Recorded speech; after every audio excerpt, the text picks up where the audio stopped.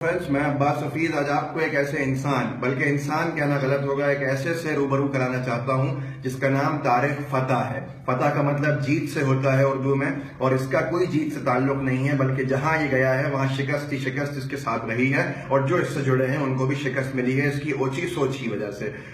आजकल ये हिंदुस्तान में आज धमकता है हिंदुस्तान का माहौल खराब करने के लिए, क्योंकि ये कट्टर पाकिस्तानी है दिल से दिमाग से। भले ही इसने अब नेशनलिटी कनाडा की ले ली हो, लेकिन ये हिंदुस्तान का बुरा चाहता है और हिंदुस्तान में आके कम्युनली पोलराइज करना चाहता है, और भक्त इसको अपना इलेजिटिमेट बाप समझते हैं और बहुत ही खुश अखलाकी से इससे मिलते हैं और इसका इस्तेमाल करते हैं। ये और इसमें और भक्तों में कोई फर्क नहीं, क्योंकि भक्त भी कम्युनली पोलराइज करना चाहते हैं सोसाइटी को, और ये भी सोसाइटी को बांटना चाहता है और देश के नुकसान पहुंचाना चाहता है, देश की अखंडता को ठेस पहुंचाना चाहता है। ये वो कट्टर पाकिस्तानी है।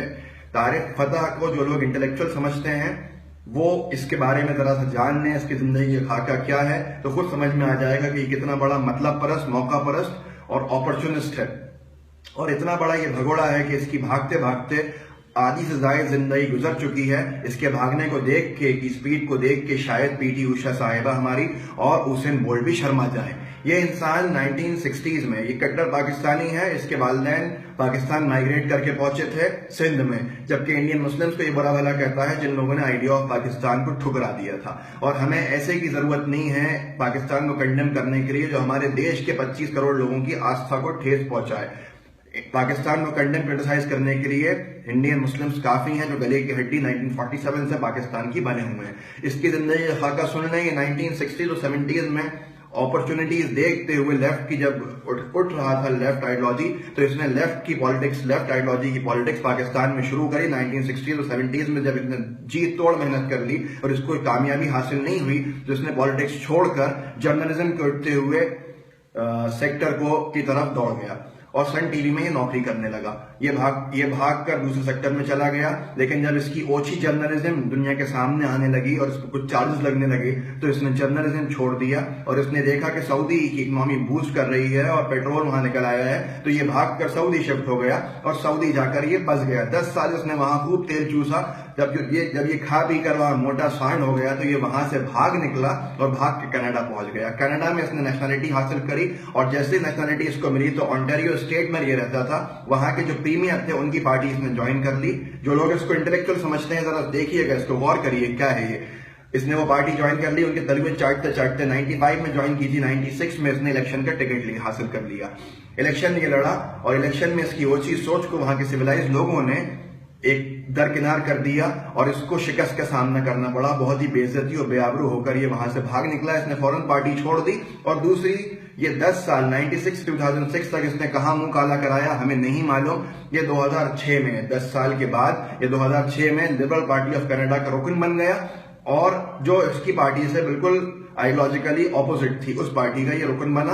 और बॉब रे साहब जो उसके लीडर थे, उनकी मत मारी गई थी कि उन्होंने तारिक हार साहब को अपने कैंपेन का इंचार्ज बना दिया। तारिक फतह ने वो कैंपेन वहां पर करी कि वो उनको खुद बॉब रे साहब को शिकस्त का सामना करना पड़ा। उससे पहले ये भगाते इसको, ये खुद वहां से भाग निकला उस पार्टी से, और ये बाहर आके पार्टी को कंडेम और क्रिटिसाइज करने लगा, और इसने पूरा ठीकरा फोड़ दिया हार का लिबरल पार्टी की।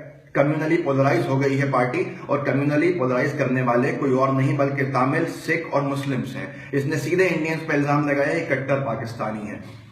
इसकी सोच कोई नई नहीं है, लेकिन अगर आप इसके कैरियर को देखें तो ये कैसा है आपको समझ में आ जाएगा। फिर ये 2006 से अपने अपने कामों में लग गया। इसने कोई मुस्लिम कांग्रेस बना ली कनाडा में, और पता नहीं क्या करता रहा जिसमें ये शिकस्त का सामना करता रहा। 2016 हर 10-10 साल के बाद ये कुलाइटें बंदरों की तरह खाता है। माफी चाहता हूं बंदर समाज से कि उनकी बेइज्जती होगी शायद इससे मिलाऊं, तो ये कुलाइटें खाता रहता है। 2016 में इसने अपॉर्चुनिटीज देखी अपने हिसाब की, क्योंकि इसके दिमाग के लोग जो थे वो देश में थोड़ा उधम मचा रहे थे इधर उधर, तो ये भी आधम का, और इसको एकदम से हिंदुस्तान की मोहब्बत इसके अंदर जाग उठी। इसने यहाँ पे नेशनलिटी के लिए अपील के लिए दरखास्त दी, जबकि ये पिछले 40-50 सालों से गायब था। इसके हिंदुस्तान की मोहब्बत तब इसमें नहीं उठी थी जब ये दुनिया भर में भाग रहा था। इसके बाद इसने यहां पर आके जहर घोलना शुरू करा। हमें कोई मतलब नहीं है कि तारिक फतह साहब तुम पाकिस्तान को गाली दो नहीं दो, हम खुद पाकिस्तान को मुल्क नहीं मानते इंडियन मुस्लिम्स, और हम लोग काफी हैं यहाँ पर। तुम अपने मुल्क में रहो जहां रहते हो, यहाँ आके जहन मत खराब करो, गंदगी मत फैलाओ, तुमसे दरखास्त है हमारी। आखिरी दौर है तुम्हारी जिंदगी का, इसमें सठिया के ये काम मत करो कि नस्लें हमारी उसको भुगते।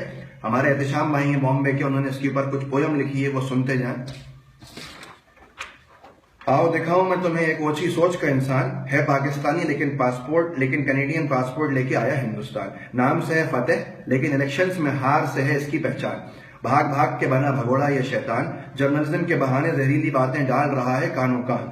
हम हिंदुस्तानियों में फूट डालने की इसकी चाल को कर दो नाकाम, वापस पाकिस्तान भेज के दिखा दो इसको इसकी असली पहचान। इंडियन मुस्लिम्स के लिए last line, verbally, visually, mentally, physically and spiritually कह दो इसको कि मेरा भारत महान। तारिक फता साहब, ये झूठी मोहब्बत के दावे मत करिए। 1947 में आप लोगों ने क्या करा और हमने क्या करा सबके सामने है। ये मुल्क को हम आपको बर्बाद करने नहीं देंगे। ये मुल्क हमारे दिल में बसता है इंडियन मुस्लिम्स के, इसको कोई अगर नुकसान पहुंचाएगा तो हमारी जान भी हाजिर है। लिहाजा तारिक फता को जो लोग इंटेलेक्चुअल समझते हैं वो भक्तों से इसको मिला लें, बिल्कुल वैसा ही है, एक नंबर का भगोड़ा है। इससे बचें, इससे मुल्क को बचाएं। जय हिंद, जय भारत।